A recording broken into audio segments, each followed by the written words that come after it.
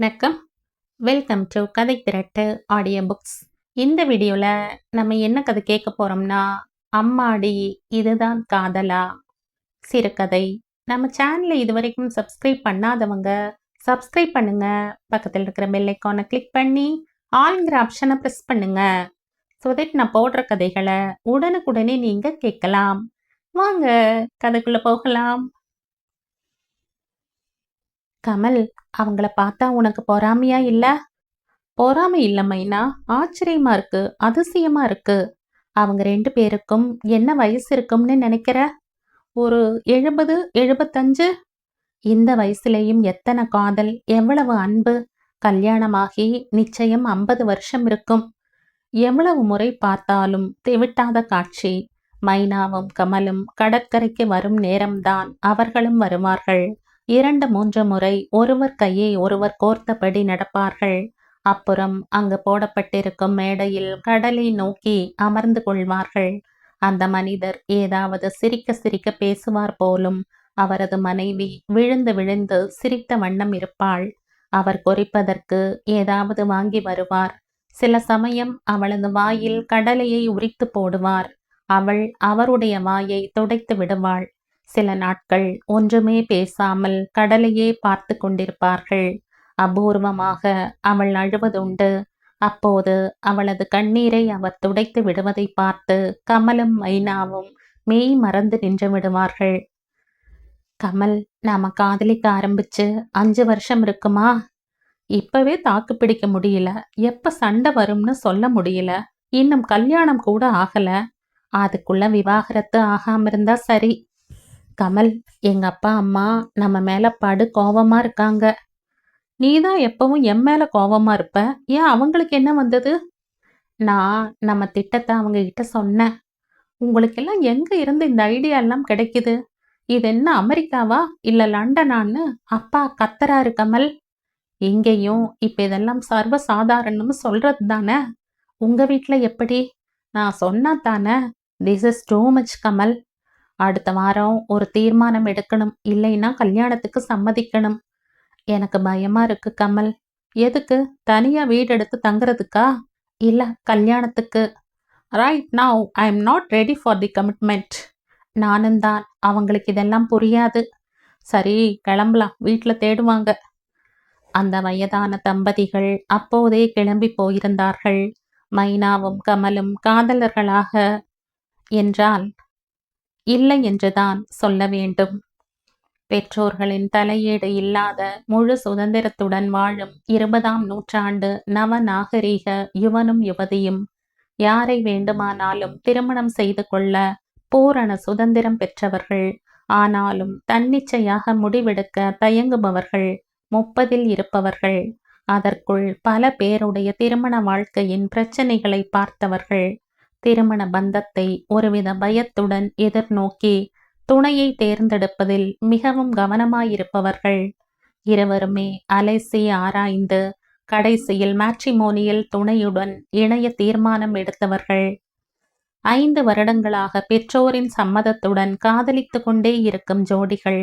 திருமணம் இன்னும் கேள்விக்குறியாகவே இருக்கிறது. என்னதான் எதிர்பார்க்கிறார்கள்? கமல், என்னடா யோசிக்கிற? 5 வருஷமாச்சு, இன்னமும் காதலிச்சுக்கிட்டே இருக்க போறீங்க? ஏமா, இது நல்லா தானே இருக்கு. எனக்கு இப்போ ஒரு ப்ரமோஷன் வந்தாலும் வரும். நியூசிலாந்து போனாலும் போவேன். அது தெரிஞ்சப்புறம் நீயும் 5 வருஷமா எதையோ சொல்லி கல்யாணத்தை தள்ளி போட்டுட்டே இருக்க. மைனாவை பிடிச்சிருக்கா இல்லையா? இது என்னம்மா கேள்வி? மைனா, நீ இப்படி கமலோட ஊர் சுத்துறது எனக்கு சுத்தமா பிடிக்கல. பிடிச்சு போனப்புறம் சட்டு புட்டுன்னு கல்யாணம் பண்ணிக்க வேண்டியது தானே. என்ன பிரச்சனை? கமலை உனக்கு பிடிச்சு தானே இருக்கு. இன்னும் பேச வேண்டியது கொஞ்சம் இருக்கு. அதெல்லாம் கல்யாணத்துக்கு அப்புறம் பேசிக்க கூடாதா? அதாம்மா பயமா இருக்கு. பசங்க எல்லாம் கல்யாணம் பண்ணிக்கிறதுக்கு முன்னாடி ஒரு மாதிரியும் அப்புறம் வேற மாதிரியும் இருப்பாங்கன்னு என் ஃப்ரெண்ட்ஸ் எல்லாரும் அடிச்சு சொல்றாங்க. அதுக்கு கல்யாணம் பண்ணிக்கிட்டு சரியா வருமானு பார்க்க போறீங்களா? இல்லம்மா, சொன்னா திட்டாத. 2 பேரும் கொஞ்ச நாள் சேர்ந்து வாழ்ந்து பார்க்கலாம்னு கமல் சொன்னானா? ஐயோ, அவனை திட்டாத, நான் தான். அந்த மாதிரி ஏடா கூடமா ஏதாவது செஞ்ச? ஏமா, வீட்டை விட்டு துரத்திடுவியா? ஆமா, அதான் நானே போறேன்னு தானே சொல்றேன். அழகிய, அடக்கமான, ஒரே படுக்கை அறையுடன் கூடிய வீடு. குருவி கூடு போல 2 சிட்டுக்குருவிகள், மைனாவும் கமலும். பெற்றோர்களின் எதிர்ப்பையும் மீறி தனி குடித்தனம். திருமணத்துக்கு முன்பே ஒத்திகை. கமல், சின்ன வீடானாலும் அழகா இருக்குல்ல? நீயும் நானும் மாத்தி மாத்தி சமைக்கலாமா? இல்ல சேர்ந்து ஆளுக்கு ஒரு டிஷ்? As you wish. ஆனா தனியா விட்டா நான் நல்லாவே சமைப்பேன். எனக்கு அவ்வளவா சமைக்க வராது. ஒன்று பண்ணலாம். வீக் டேஸ் நாம தனித்தனியா பார்த்துக்கலாம். சனிக்கிழமை வெளியே டின்னர். சண்டே 2 பேரும் சேர்ந்து. நீ எனக்கு கத்துக்கொடு, ஓகேயா? ஆரம்பத்தில் எல்லாம் ஓகே தான். கமல், ஈரத்துண்ட படுக்க மேல வீசி போடாதேன்னு எத்தனை வாட்டி சொல்றது? நீ குளிச்சுட்டு வந்தா பாத்ரூம்ல கால் வைக்க முடியல. ஒரே வழுக்கல். சமைச்சா மேடைய துடைக்க மாட்டியா? மைனா, நேத்து நீ ஏசி அணைக்காமையே போயிட்ட. நான் வர வரைக்கும் ஓடிட்டே இருந்தது. எனக்கு கரண்ட் வேஸ்ட் பண்ணா பிடிக்கவே பிடிக்காது. உன் பெர்ஃப்யூம் வாசனை எனக்கு ஒத்துக்கவே இல்லை. உன் பூனைக்குட்டி ராத்திரி என் மூஞ்சியெல்லாம் நக்கறது. கொண்டு எங்கேயாவது தலை முழுகு.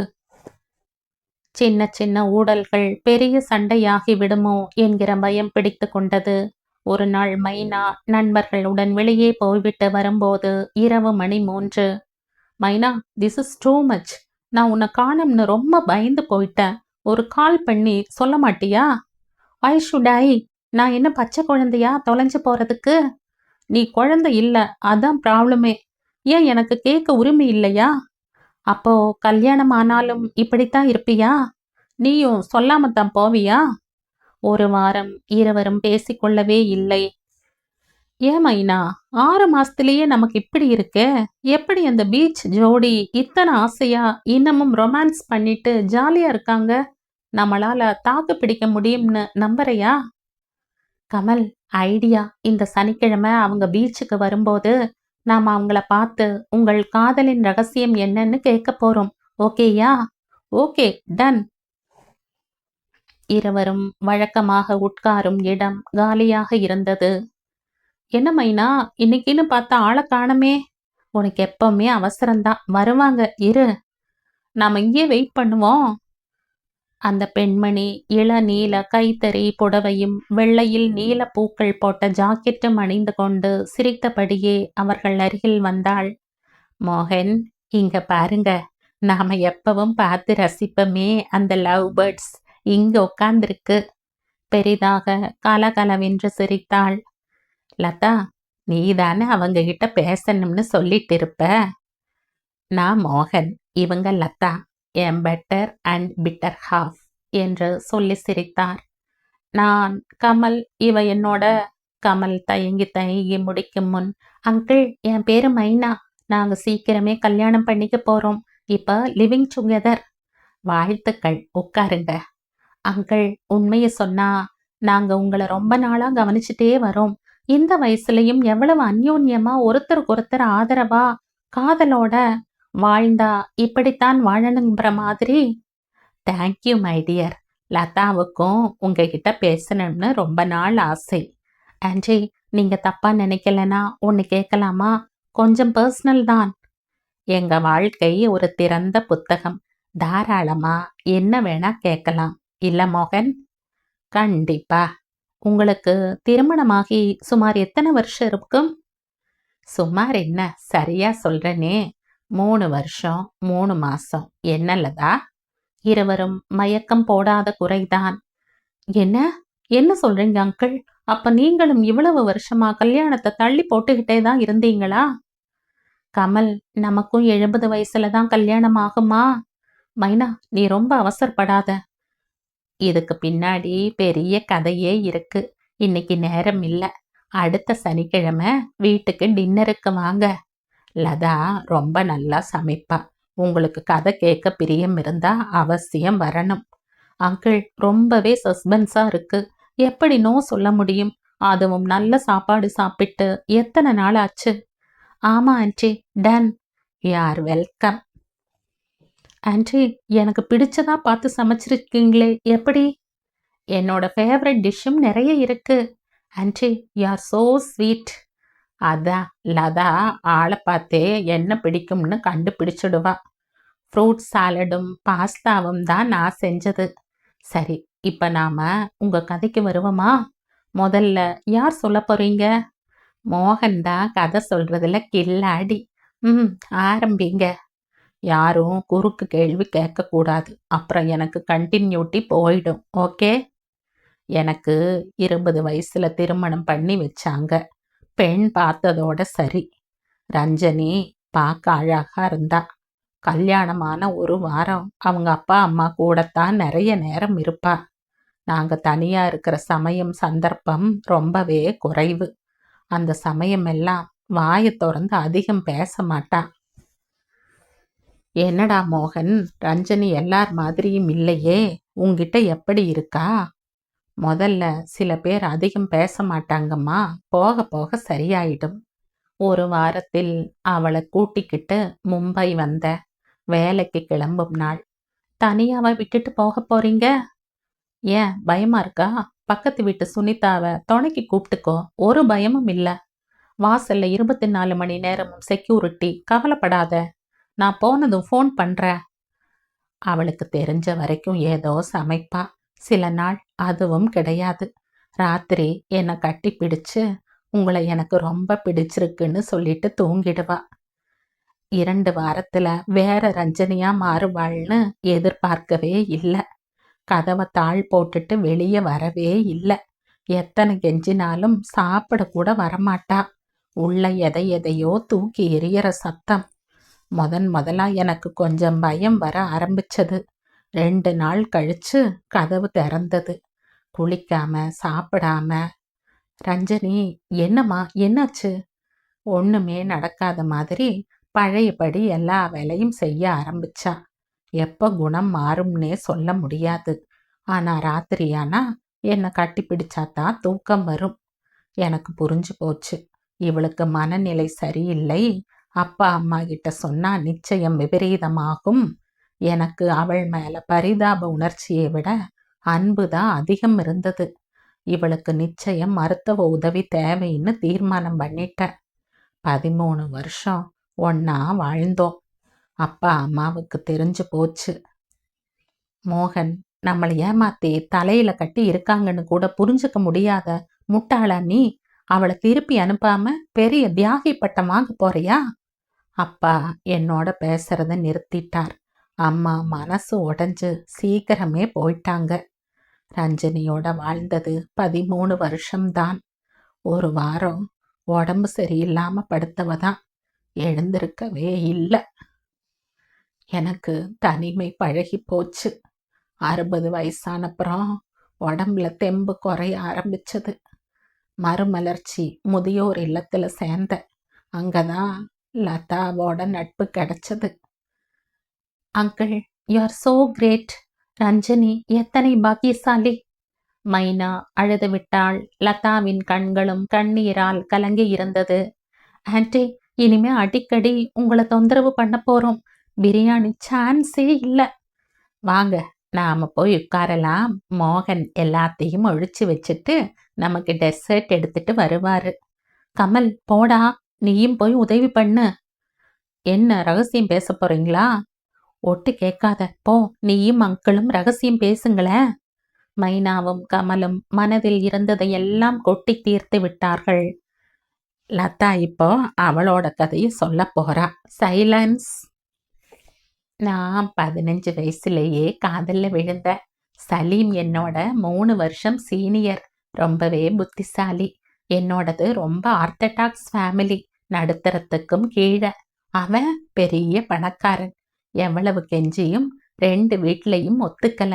5 வருஷம் காத்திருந்து வீட்டை விட்டு ஓடி போய் கல்யாணம் பண்ணிக்கிட்டோம். சலீம் என் மேல வச்சிருந்த காதல வார்த்தையால விவரிக்க முடியாது. அத்தனை சொத்துக்கும் ஒரே வாரிசு. எல்லாத்தையும் உதறி தள்ளிட்டு என்னோட வர தயாரா இருந்தா. 3 வருஷத்துல சுமன் பிறந்தான். அடுத்தது ஜாஸ்மின் தான் வயிற்றுலன்னு சந்தோஷமா இருக்கும் போதுதான் ஒரு கார் விபத்துல சலீம் எங்க 3 பேரையும் விட்டு நிரந்தரமா போயிட்டான். அவனோட காதல் சாகவே இல்லை. இன்னமும் கூட மோகன் என்னோட சேர்ந்து சலீமையும் ஏத்துக்கிட்டார். லதா தேம்ப ஆரம்பித்தாள். மோகன் லதாவை தாங்கி பிடித்து தோளில் சாய்த்து கொண்டார். சுமனும் ஜாஸ்மினும் நல்லா முன்னுக்கு வந்து வாழ்க்கையில செட்டில் ஆனதும் நான் okay now I could guess நீங்களும் அங்கிளும் மறுமலர்ச்சியில மீட் பண்ணிக்கிட்டீங்க. எஸ், பசங்க வந்து பார்க்கும்போதெல்லாம் மோகனையும் சந்திச்சு பேசுவாங்க. அவங்க பண்ணி வச்ச கல்யாணம் தான் நானும் மோகனும் லைஃப் பார்ட்னராக காரணம். ஆன்டி, உண்மையிலேயே உங்க 2 பேர்ல யார் அதிர்ஷ்டசாலின்னு தெரியல. கமல், எனக்கு எதிர்பார்த்த வாழ்க்கை அமையலைங்கிறது ஓரளவுக்கு உண்மைதான். ஆனாலும் நாங்க வாழ்ந்த ஒவ்வொரு நாளும் எங்க 2 பேருக்கும் நடுவுல காதல் இருந்தது சத்தியம். லதாவோட கணவன் இப்ப இல்லாட்டாலும் அவன் மேல இருக்கிற காதல் சாகாது, சாகவும் கூடாது. நாம விரும்புற வாழ்க்கை எல்லோருக்கும் சுலபமா கிடைச்சிடாது. இன்ஃபேக்ட் பெரும்பாலான பேருக்கு நாம வாழ்க்கையில தோத்துட்டோமோன்னு தோணும். வேற துணையை தேடி ஓடத் தோணும். கடைசி வரை போராடணும். மைனா, நீச்சல் கத்துக்கணும்னா தண்ணிய கண்டு பயந்துகிட்டே எத்தனை நாளைக்கு லைஃப் கார்டு யூஸ் பண்ணிக்கிட்டே இருப்ப? யாரோட வாழ்ந்துட்டு இருக்கோமோ அவங்களுக்கு உண்மையா இருந்தாலே போதும். சின்ன சின்ன விஷயங்களுக்கு ஒத்து போகணும்னு அவசியமே இல்லை. நாம சந்திக்க போற பெரிய சவால்களுக்கு முன்னால இதெல்லாம் நத்திங். மற்றவங்க அனுபவம் உங்களுக்கு ஒரு வழிகாட்டியே தவிர அதை வச்சு உங்க வாழ்க்கையை தீர்மானம் செய்யாதீங்க. நீங்க வாழ்ந்து பாருங்க. உண்மையான காதலுக்கு அழிவே இல்லை. ஒரு திருமணம் முறிஞ்சு போறதுக்கு 1000 காரணங்கள் இருக்கலாம். ஆனா நிலைச்சு நிக்கணும்னா அதுக்கு ஒரே ஒரு காரணம்தான் இருக்க முடியும். ஆழமான காதலும் அசைக்க முடியாத நம்பிக்கையும். திருமணமான எல்லாருமே கடைசி வரைக்கும் சேர்ந்து வாழ்வாங்கன்னு யாராலையும் சொல்ல முடியாது. அதையே நினைச்சு தினம் தினம் பயந்து வாழற வாழ்க்கைக்கு அர்த்தமே இல்லை. Let's cross the bridge when it comes. Kamal, அடுத்த சாப்பாடு உங்க வீட்டில தான். அது கல்யாண சாப்பாடா இல்லையான்னு நீங்க தான் முடிவு பண்ணணும். இல்லையா மோகன்?